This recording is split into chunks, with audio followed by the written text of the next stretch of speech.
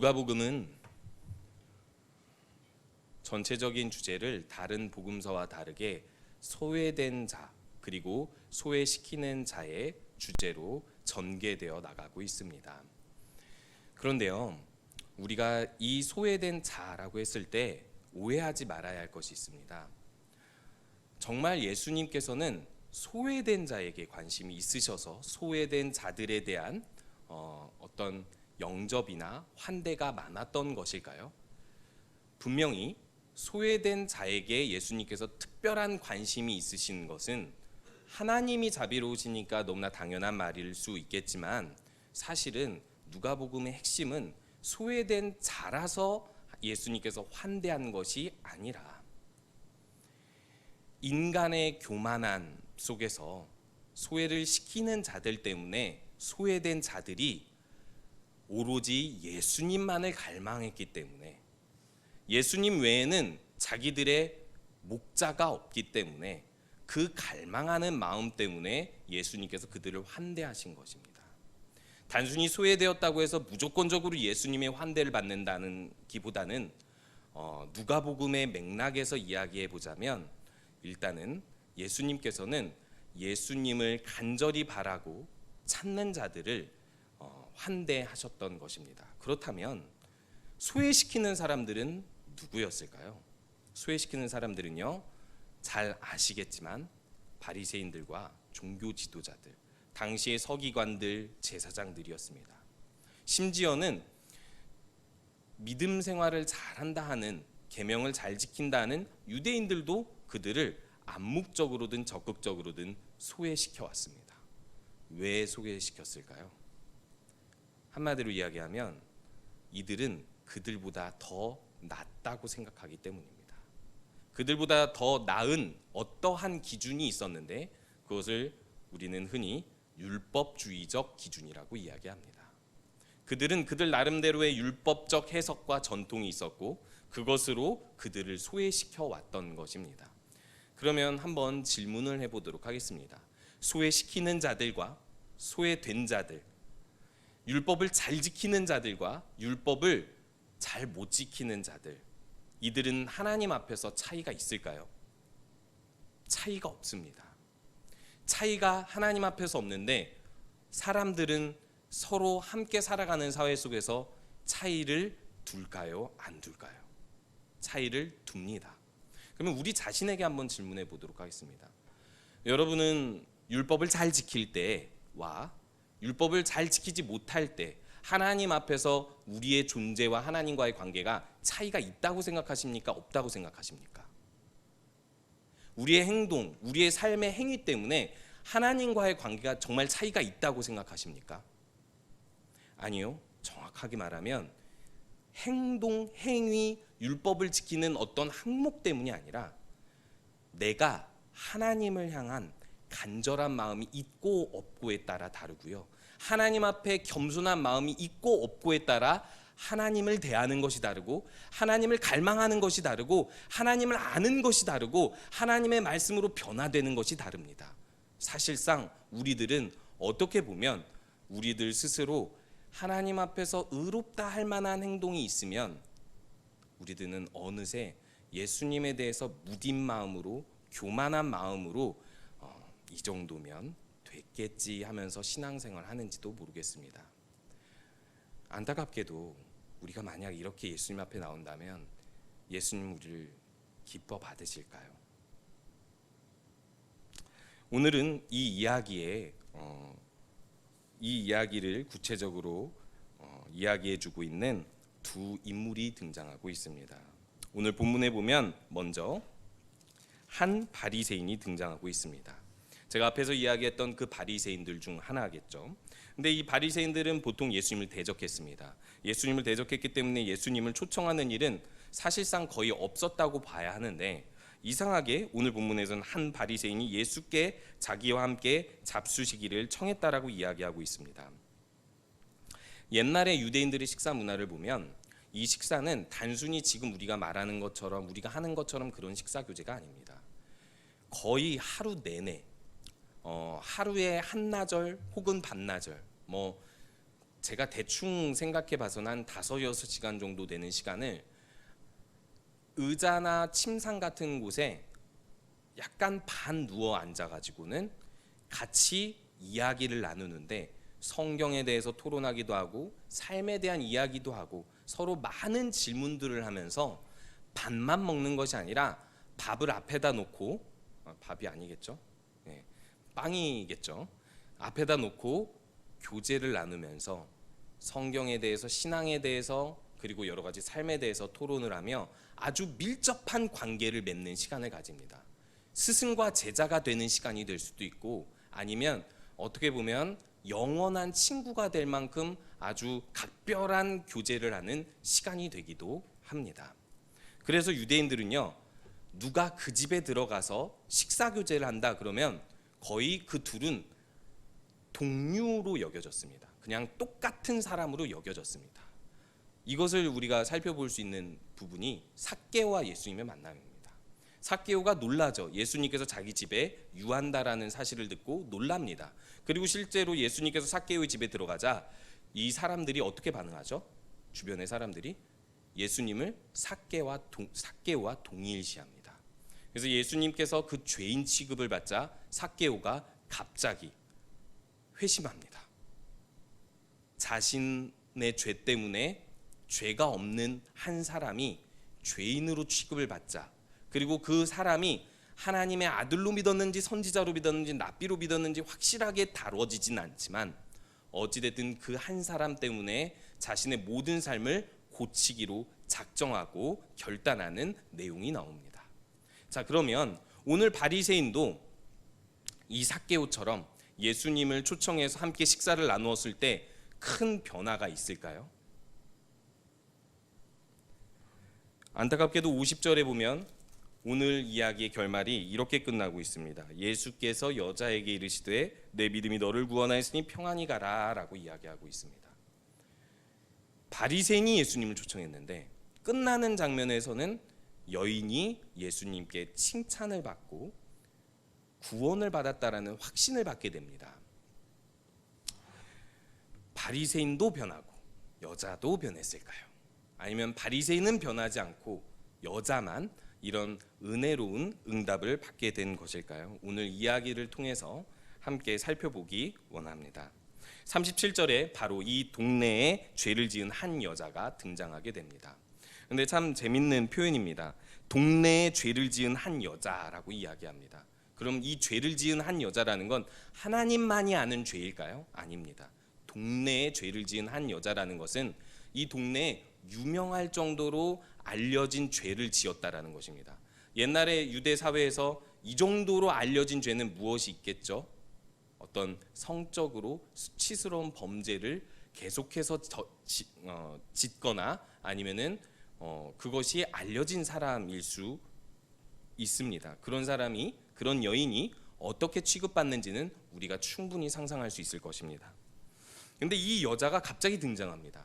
근데 아직 37절을 보면 아직은 예수님이 계신 그 바리새인 시몬의 집으로 들어가지는 않았습니다. 이 여자가 있다라고 얘기하고 예수께서 바리새인의 집에 앉아 계심을 알고라는 내용이 먼저 나오고 있습니다.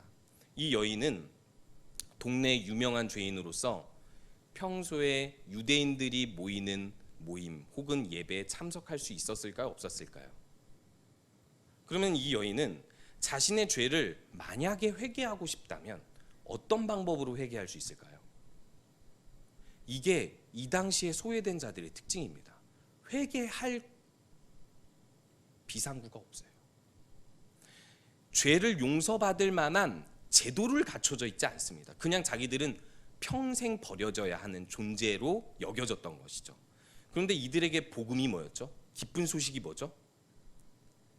이 사람이 랍비인지 선지자인지 아니면 진짜 우리를 구하러 온 메시아인지는 모르지만 어떤 한 종교 지도자가 세리의 친구고 죄인들의 친구라는 소문이 날 정도로 많은 죄인들에게 다가가서 죄사함을 선포했다라는 소식, 혹은 귀신 들린 자들에게 귀신을 내쫓고 병든 자들을 고치면서 하나님 나라 소식을 전하고 받고 있다라는 소식을 듣게 됩니다. 그리고 그 사람이 자신의 동네에 들어왔다는 소식을 듣게 되죠. 이 여인은 무슨 생각을 했을까요? 당장 그 분에게 달려가야 되겠다. 우리들은 너무 쉽게 이런 생각을 하죠. 그런 생각을 할 수가 없습니다.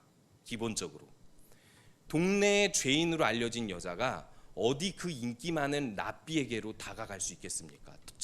그보다 더 중요한 사실이 있죠. 지금 예수님이 어디에 있죠?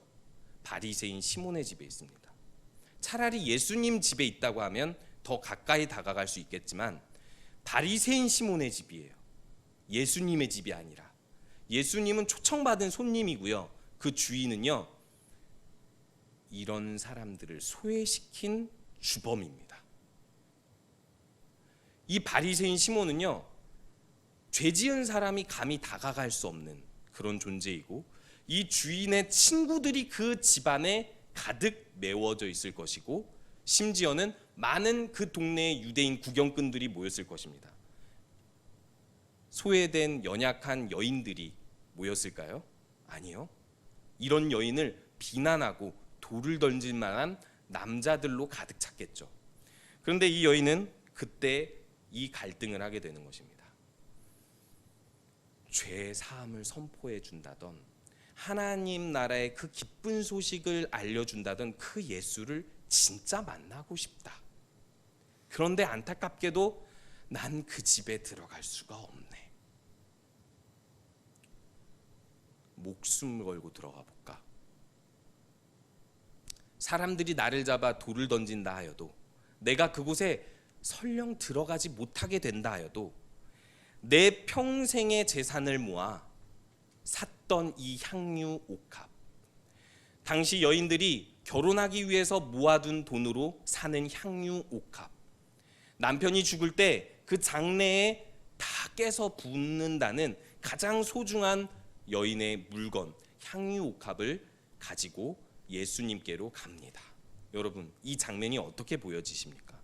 이 여인은 다음을 상상하고 이 향유 옥합을 가지고 나갔을까요? 이 향유 옥합을 가지고 나가서 쏟는다라는 건 그만큼의 어떤 보상이 있던지, 확실한 보상이 있던지, 아니면 그냥 죽겠다는 거예요.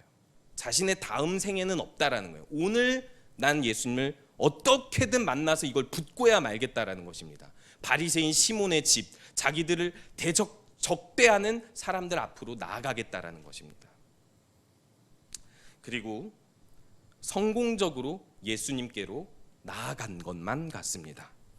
38절에 보니까요, 이 여인이 예수의 뒤로 그 발 곁에 서서 울며 눈물로 그 발을 적시고 자기 머리털로 닦고 그 발에 입 맞추고 향유를 붓는다라고 장면을 하나하나 설명하고 있습니다.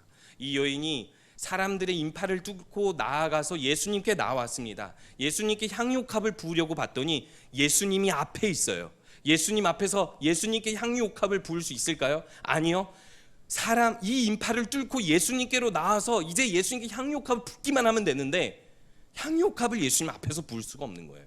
자신이 너무나 큰 죄인이라서 아무리 자신에게 죄를 사해 줄 수 있는 그런 선포를 할 수 있다는 선지자인지 하나님의 아들인지 랍비인지 확실한 정체를 모를 이 사람 앞에, 어쨌든 하나님이 보낸 것 같은 이 사람 앞에 나와서 그 앞에서 향유옥합을 부을 수 없는 겁니다.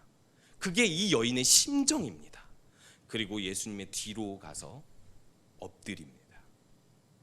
예수님의 발이 보이겠죠.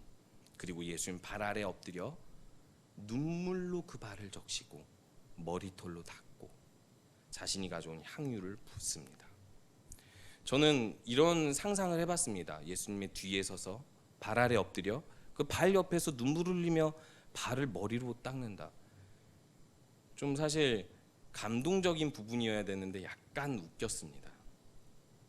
정말 발냄새가 독해서 울었을까? 아니면 혹시 이런 것은 아닐까라는 생각을 해봤습니다. 그게 뭐냐면요, 보통 이런 향유감을 예수님 머리에 부을 수 있어야 되잖아요. 근데 예수님 앞에 서니까 그 예수님의 존재와 그 예수님 앞에서 자신의 존재가 드러날 때 도저히 예수님 앞에서 그 머리에 향유를 부을 수 없는 겁니다. 사람의 가장 냄새나는 발 아래 엎드려서 그 발에 입을 맞추고 눈물을 흘리면서 그 발의 향유를 쏟을 수밖에 없는 자신의 처지가 어떻게 보면 너무나도 비참하다고 생각이 들지 않았을까라는 생각이 듭니다.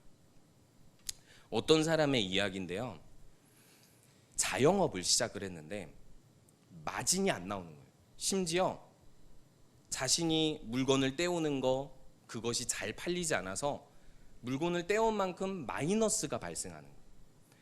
그런데 이 자영업자가 어디다가 이 자신의 하소연을 할 수 있겠습니까? 직원이 있으면 차라리 직원이 일을 못해서 마진이 안 나온다고 핑계라도 댈 수 있죠. 아니면 자기가 직원이면 사장이 영업을 못해서 그런 거라고 핑계를 댈 수 있겠죠. 아니면 남이 떠밀어서 사업을 한 거면 그 남한테 어떻게든 책임을 떠밀 수 있겠죠. 근데 자신이 원해서 선택해서 한 이 일이 결국 마이너스가 되었을 때 아무에게도 탓할 수 없기 때문에 울 수도 화낼 수도 없는 상황에 매일 지나다니는 지하철 앞 바나나 장사에게 바나나를 샀다고 합니다. 3,000원짜리 바나나를 매일 사서 먹었다고 하는데 그날따라 바나나가 작은 거예요. 근데 펑펑 울었다고 합니다. 바나나가 작아서. 자신의 처지 같은 거죠. 그날따라 남들보다 작은 바나나를 받게 된 자신의 처지처럼 동일시하게 되는 것입니다. 자신이 이제까지 살아온 삶의 고난이 이 작은 바나나 하나에 동일시돼서 펑펑 울게 되는 것입니다. 어찌 보면 예수님을 만난 사람들의 특징이지 않을까 싶습니다. 그 발 아래 엎드려서 펑펑 울면서 고백하는 것이죠. 저는 당신을 섬기고 싶은데 섬길 수 없습니다. 저는 당신과 가까워지고 싶은데 가까워질 수 없는 그런 존재입니다라는 고백이 있는 것입니다. 우리들은 예수님 앞에 나올 때 이 여인과 같습니까? 아니면 다릅니까? 그렇다면 이 여인의 이 사건을 통해서 사람들의 반응은 어땠을까요? 제가 상상하기를 이 향유컵이 예수님 발에 부어지는 순간 그 집안의 향기가 가득 퍼질 것입니다. 그것은 예사롭지 않은 향기겠죠. 그리고 사람들은 이 예수님의 발 아래 향유를 부은 그 여인을 쳐다볼 것이고 얼굴을 확인할 것입니다. 그 순간 사람들은 그 향기를 뭐라고 인식을 하냐면 아름다운 향기가 아니라 더러운 향기라고 인식을 하게 될 겁니다. 그 당시의 사람들이라면요. 그리고 그 사람들은 불쾌해졌겠죠. 그런데 여기서 중요한 반응은 시몬의 반응입니다. 집주인이고 예수님을 초청한 사람인데 예수님과 자신의 사이를 갑자기 무례하게 끼어든 이 여인이 왜 이런 행동을 하는가? 이 여인에게 화내는 반응을 하는 것이 너무나도 자연스럽습니다. 그런데요, 시몬의 반응이 어떠하죠? 그 마음속에 이르기를 이 사람이 만일 선지자라면 자기를 만지는 이 여자가 누구며 어떠한 자 곧 죄인인 줄을 알았으리라 하면서 예수님을 마음속으로 의심하고 시험합니다. 이상하죠? 이 사람은 이 여인에 대해 반응을 해야 되는데 이상하게 이 여인에 대한 예수님에게 반응을 합니다. 왜일까요? 이게 시몬이라는 사람의 본심이기 때문입니다. 애초부터 시몬이라는 사람은 예수님을 시험하려고 이 집에 초대했을 수도 있습니다. 물론 이 여인과의 만남을 예상하진 못했겠지만은 예수님이 진짜 얼마나 제대로 된 지식을 갖춘 랍비인지 선지자인지 진짜 소문대로 메시아인지 확인하려고 초청했을 수 있겠죠. 사건을 통해서 그 사람의 본심이 드러날 때가 있는데 오늘 여기서 바리새인 시몬은 자신의 본심을 마음속으로 드러내게 됩니다. 그런데 재밌는 사실은 마음속으로 말해요. 근데 성경에서는 참 재밌게도 이 마음속으로 말하는 걸 이렇게 들려줘요. 누가 들었죠? 예수님께서 듣게 됩니다. 그렇다면 이제부터 우리가 예상할 수 있는 건 이 시몬에 대한 예수님의 반응입니다. 또 이 여인에 대한 예수님의 반응입니다.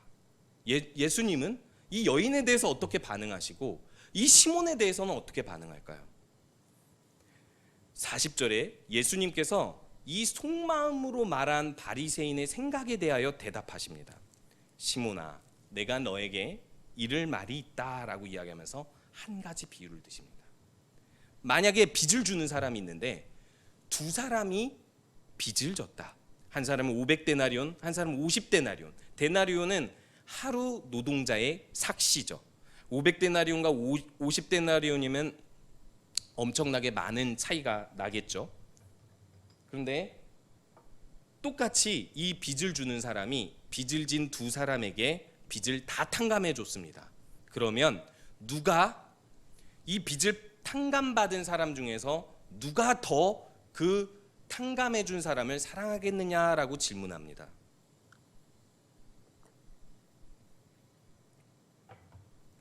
시몬이 무엇이라 대답하죠? 더 많이 탕감받은 자이니다라고 대답을 합니다. 더 많이 탕감받은 자는 누구죠? 이 여인입니다.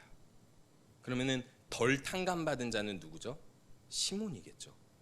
근데 시몬이 예수님을 시험하려다가 오히려 자신의 생각을 예수님께 읽히고 자신의 입으로 시인하게 됩니다. 뭘 시인하게 되죠? 예수님을 초청하는 데 있어, 예수님을 영접하는 데 있어, 예수님을 사랑하는 데 있어 자신은 여전히 자격이 없는 사람이라는 것을 드러내주고 있는 것이죠. 자신의 입으로 더 많이 탕감받은 자, 즉 죄가 더 많은 사람이 예수님을 그를 더 사랑하겠다라고 암시적으로 대답함으로 인해서 시몬은 스스로 예수님의 가르침에 대답을 하게 됩니다. 그리고 나서 예수님께서는 더 본격적으로 이 시몬에게 대답을 하기 시작합니다. 그런데 재밌는 사실은 이 예수님께서 여자를 돌아보시며 시몬에게 말을 하고 있다고 합니다. 왜 그랬을까요? 예수님께서 여자를 보신다라는 건 시몬이 이 여인을 다시 보게 하는 것이고요. 시몬에게 말씀을 하신다는 건 예수님이 하시는 말씀을 듣고 시몬이 새로운 시각으로 이 여자를 다시 보라라고 이야기하고 있는 것입니다. 그러면은 시몬이 이 여자를 예수님의 말씀을 따라 다시 보았을 때 무엇이 보일까요? 본문을 보도록 하겠습니다. 이렇게 이야기합니다. 이 여자를 보느냐? 내가 너의 집에 들어올 때 너는 내게 발 씻을 물도 주지 아니하였지만 이 여자는 눈물로 내 발을 적시고 그 머리털로 닦았으며 너는 내게 입맞추며 문안 인사를 하지 않았지만 그는 내가 들어올 때부터 내 발에 입맞추기를 그치지 아니하였으며 너는 내 머리에 감람류도 붓지 아니하였으되 그는 향유를 내 발에 부었느니라 라고 이야기하십니다. 참 재밌는 표현이죠. 예수님께서 대조를 하시는데 더 중요한 사실은 시몬이 예수님을 귀한 손님으로 대접하지 않았다라는 것을 예수님께서 드러내 보이시고 있습니다. 보통 유대인들은 집신 같은 신발을 당시에 신고 다녔기 때문에 온갖 길가에 있는 가축의 우물들 그리고 진흙 때문에 발이 더러워집니다. 그래서 손님이 찾아오면 먼저 발 씻을 물부터 내주는 것이 예의입니다. 더더군다나 그 머리에 감람류 조금을 부어서 그 사람에게 귀한 손님이라는 대우를 하기도 하고요. 심지어는 아주 기본적으로 이 사람과 오늘 식사 교제를 하게 되어 더 밀접한 관계를 맺겠다라는 의지로 문안 인사를 입맞춤으로 하게 됩니다. 그런데요, 이 세 가지를 이 바리새인 시몬이 하지 않았다라는 것을 예수님께서 이 여인의 행동과 대조하여 보여주고 있습니다. 무엇이 시몬에게 없는 것이죠? 예수님과 밀접하게 관계를 맺고 더욱더 예수님을 귀히 대접하려는 마음이 없다라는 것이 행동을 통해서 드러나게 된 것입니다. 그리고 누구의 행동을 통해서 확실하게 그것이 드러나냐면 이 여인의 행동을 통해서 바리새인 시몬의 자신의 행동이 보여지게 되는 것입니다. 이전에 여인을 봤을 때는 이 여인이 죄인이라는 것밖에는 보이지 않았습니다. 예수님께서 이 여인을 보고 자신이 만약 선지자라면 이 여인이 죄인인 줄 알고 이 여인을 판단할 것이다라고 예측을 했는데 오히려 이 여인의 행동 때문에 자신의 부끄러운 행동이 보여지게 되는 것입니다. 그래서 예수님께서 이제는 이렇게 결론을 내십니다. 이러므로 내가 내게 말하노니 그의 많은 죄가 사하여졌도다. 이는 그의 사랑함이 많음이라. 사함을 받은 일이 적은 자는 적게 사랑하느니라. 단순히 사함을 받은 일이 많은 자는 더 많이 사랑하고 적은 자는 적게 사랑한다라는 내용이 아닙니다. 단순히 그런 표현, 문자적인 표현이 아닙니다. 그리고 더 나아가서는 이 여인이 예수님께 이렇게 대접했기 때문에 죄를 사함받는다라는 뜻도 아닙니다. 이것은 시몬에게 비유적으로 말하기 위해서 이렇게 표현한 것이고요. 정확하게 표현하면요, 예수님께서 주시는 죄 사함의 은혜가 확실히 있는 사람은 이 시몬처럼 예수님을 대접하지 않는다는 것입니다. 이 시몬이 한 것처럼 예수님께 예배하지 않는다는 것입니다. 이 여인처럼 감히 예수님의 은혜를 받을 수 없는 내가, 너무나도 큰 죄인인 내가 예수님의 은혜를 간절히 소망한다라는 마음으로 이 여인처럼 엎드리고 울며 간절함으로 나온다는 것입니다.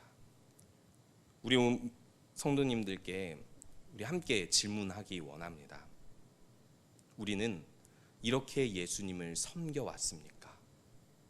이렇게 우리는 예수님을 그 누구보다도 귀한 분으로 대접하며 살아왔습니까?